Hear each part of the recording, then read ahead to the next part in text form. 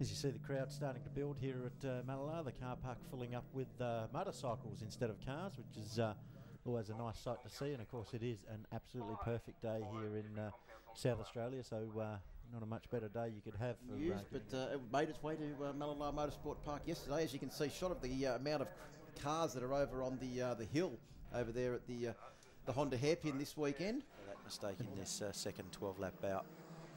To see the drone on camera there, you'll be able to see some of the footage from that, and the footage is recut and broadcast for Foxtel and of course SBS Speed Week. Seen on both pay TV and also free to air.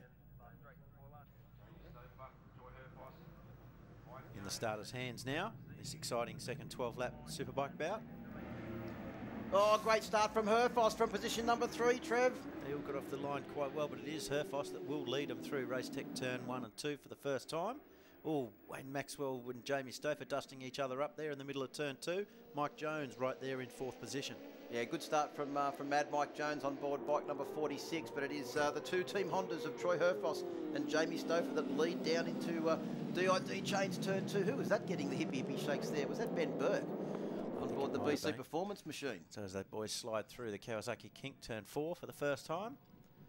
Mike Jones very tight through there. It's, I reckon Jonesy must have used his qualifying tyre from yesterday in that first race because he was a little bit slow off the line, and he could very well have a brand new tyre on in this race. Be interested to see if he can will make his way forward past the very rapid Yamahas and Hondas ahead of him at the moment. Look at Jonesy, look at the drive he's got out of the long kink and down to the Bell Helmets corner, tries to get up the inside of Maxwell and does it, Trev. And so Mike Jones up into 3rd place. And that's exactly what we saw yesterday when he did slot in that new tyre early for victory in race 3 yesterday, and he could have used the same tactic here.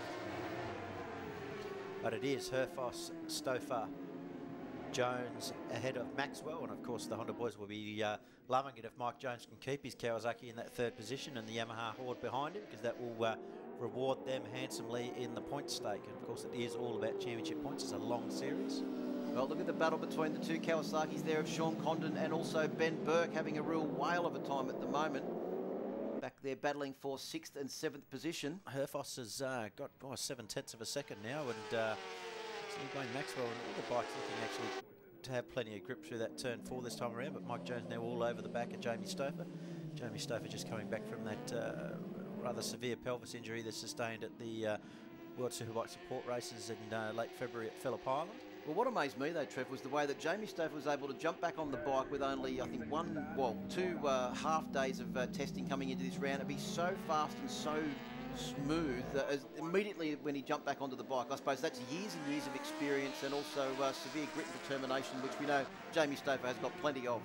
Yeah, talking to the Honda guys, I still say Jamie's a little bit tight on the bike, and perhaps not quite as much in his normal free-flowing, easy riding nature, which is perhaps just that little final sort of perhaps top edge of Jamie Stouffer's potential. Not quite still here this weekend, but he's still putting karting some fairly great results. Allenton ran 3 inches wide there on the entry into turn 2. Sean Condon was straight up the inside. Linda McGee running very wide there into DID Chains turn 3, and I think Jamie Stouffer and Mike Jones have pulled some ground back on Troy Herfoss this time around, Phil. And they've actually started to gap Wayne Maxwell, who's sitting back in 4th place at the moment as well, as they make their way down towards the Honda hairpin now.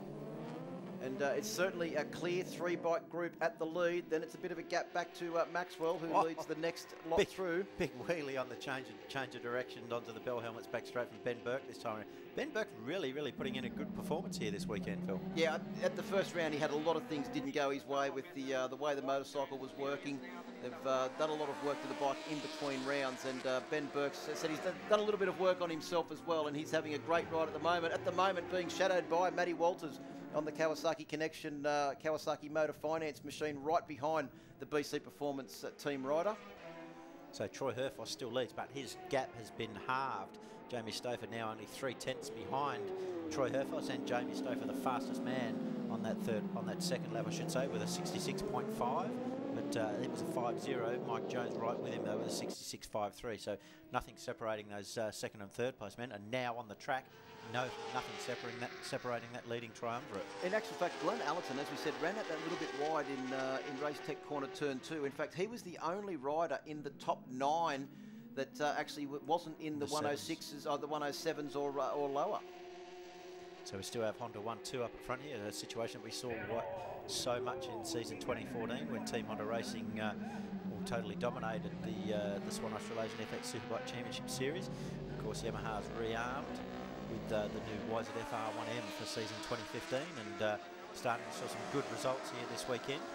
Just looking at them as they came into the entry of the Dunlop S's there, Troy Herfoss broke visibly later than what both Mad Mike Jones and also Jamie Stouffer did. So Herfoss is really pushing it onto the brakes, on the brakes in those big braking areas of the circuit. No wonder he was getting that physical workout that he commented on yesterday. He said it's one of the hardest circuits to actually ride at the pace these bikes are capable of. And of course, under brakes, he has been pushing the limits, and actually it's caused him a couple of problems here this weekend when he's ran on too deep, and he's been getting it so sideways under brakes, and he's been on the lock stops of the steering lock totally sideways, and then he has to let the brakes out because he has no more steering lock to dial in opposite lock. So for today, the guys have actually removed the steering lock stops on that Honda Fireblade SP, so Herfoss has even more opposite lock he can wind on when under brakes completely sideways. Just looking, I think Glenn Allerton may have a bit of a problem with his Yamaha because he's dropping back through the field. We saw it had a problem the other day when it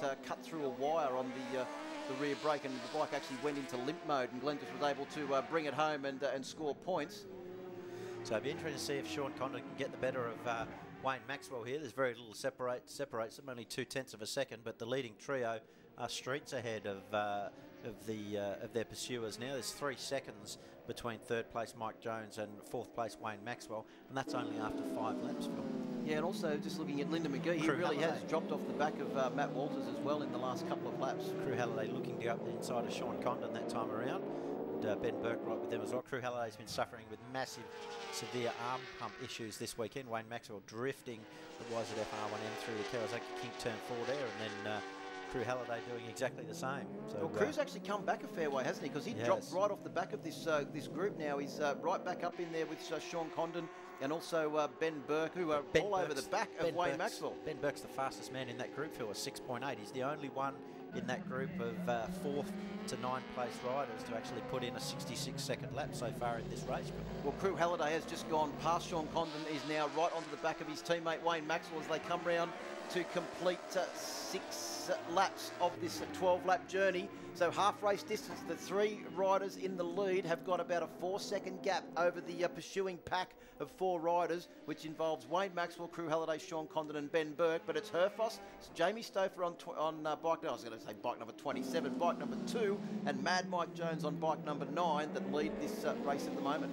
I'm not going to, Ben Burke is currently holds 7th place. I'm not going to put him out of the picture for possibly finishing 4th in this race, Phil. Oh, the way he's been charging through at the end of the races, that's a certain possibility. And he's actually faster at the end of the race than what he is clearly at the start in all of the races so far this weekend, Trev. So that's probably a pretty notable prediction. Mike Jones had the ZX-10R, Crazy Dogs Kawasaki ZX-10R completely lit up sideways through the Kawasaki Kink turn 4 that time around. Spectacular vision to see there. Troy Herfoss in very deep to the Dunlop S's. Condon came right back at Crew Halliday there, down into the start of the Dunlop S's as well.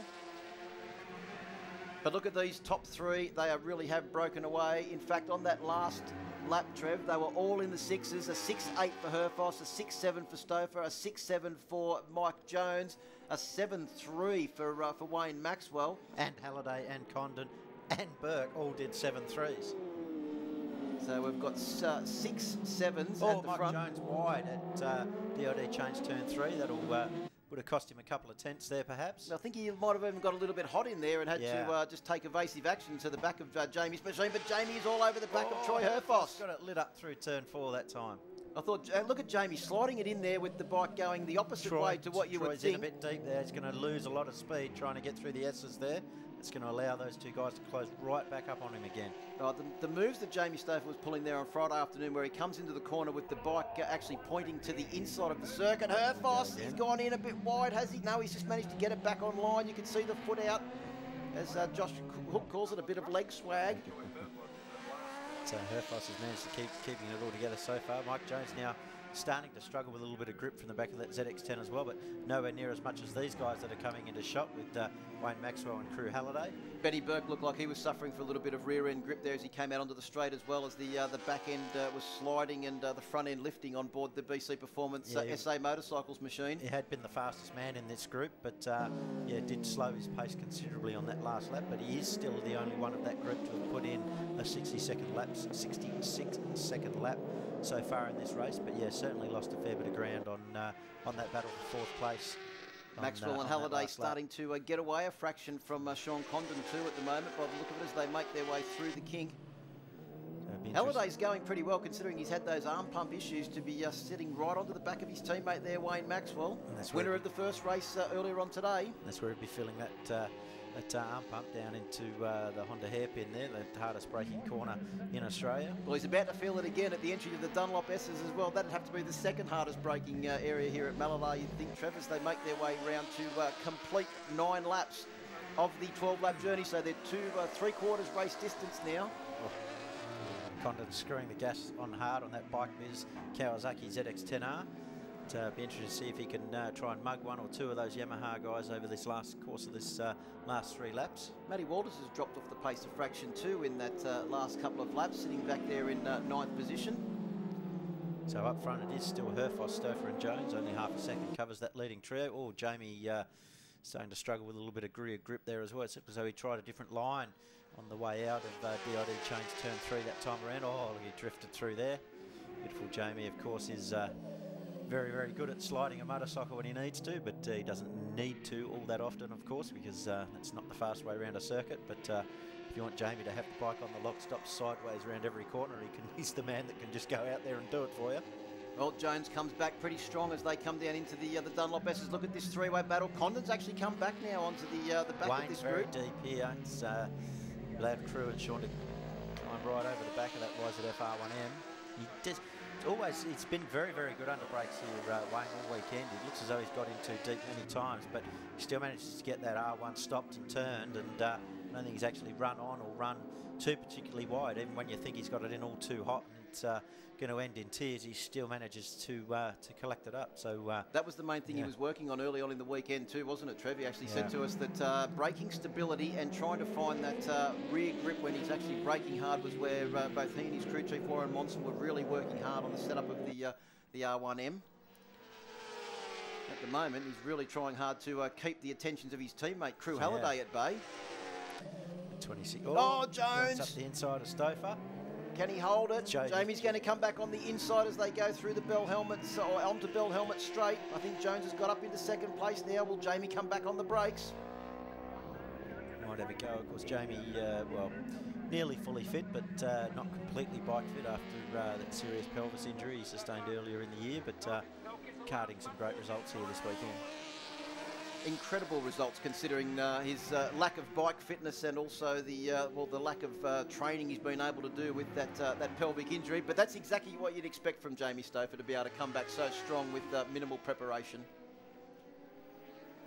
So Mike Jones still managing to stay ahead on this last lap of Jamie Stauffer, but I don't think Mike's going to be able to get on terms with Troy Herfoss. Well, Troy Herfoss, what he's actually got to do, Mike makes a big mistake out of turn 3. He likes the rear up of the Kawasaki there, but it also made Jamie get out of the throttle. But that's given Jamie a sniff. He might have a go back at the Kawasaki man heading into the Honda hairpin. Well, I was going to say, the only thing that Troy Herfoss has got to do is make sure he doesn't make any of those silly mistakes that he's been making in a few occasions this week. And that's something that you don't see from Troy Herfoss very often, really, is it? At the moment, he's got enough of a gap that he doesn't have to do anything silly coming down to the entry to the S's for the final time. I think Jones should take second place. Jamie not able to come back at him on the brakes. But Jamie could try a move into the last corner. Not quite. But Herfoss will take the win. Mike Jones second. and Jamie Stover third, and Crew is not quite close enough to challenge Wayne for that 4th place. And Ben Berg did come back at the end there too to take a fine 7th place behind Sean Condon. Next rider through, Glenn Allerton. Wouldn't be surprised to see that he had some problems in that race with the new Yamaha. Then Matty Walters in 9th, and Linda McGee rounds out the top 10.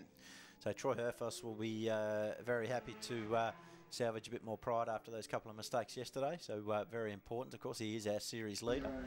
So there are the confirmation of the results. Troy Herfoss ahead of Mike Jones on the, not the Crazy Dogs Kawasaki anymore, the Cube Racing Kawasaki. And Jamie Stover rounds out the podium. And Wayne Maxwell, the first YZF-R1M, home in 4th place ahead of his 26-year-old teammate Crew Halliday. Sean, first thing he's doing though is having you know, words with the crew about the motorcycle, the way it was performing, and how they can make it better for the next race this afternoon. And I wonder if we'll see with one of the Yamaha boys walk into shot to inspect the condition of the back tyres on those Hondas and Mike Jones's Kawasaki, because they will want to get some intelligence with what was going on there, I believe. You see some of the crowd up on the hill there, fully kitted out with all their deck chairs, barbecues, eskies. Why not make a day of it up there on the hill in the sunshine? Well, Troy Herfoss, it was pretty tough there in the beginning, but towards the end, the battle for 2nd and 3rd gave you that bit of breathing space. Well done. Yeah, I didn't realise. I got to thank GG on the pit board there. He done a really good job, and it's amazing what a difference a pit board makes. Because last year I sort of didn't worry about it, and he's an experienced campaigner, and he's been doing a lot of years, and he kept me real calm